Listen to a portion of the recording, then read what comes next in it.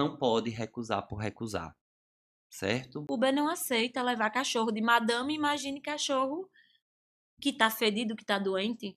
Então a gente Carros por aplicativo, motoristas de ônibus, de qualquer carro de transporte público, a recusa no transporte dos animais. Mas o motorista de aplicativo, o ônibus, a Topic, ela não pode se recusar pura e exclusivamente de transportar um animal. E pior numa situação que é para prestar um socorro.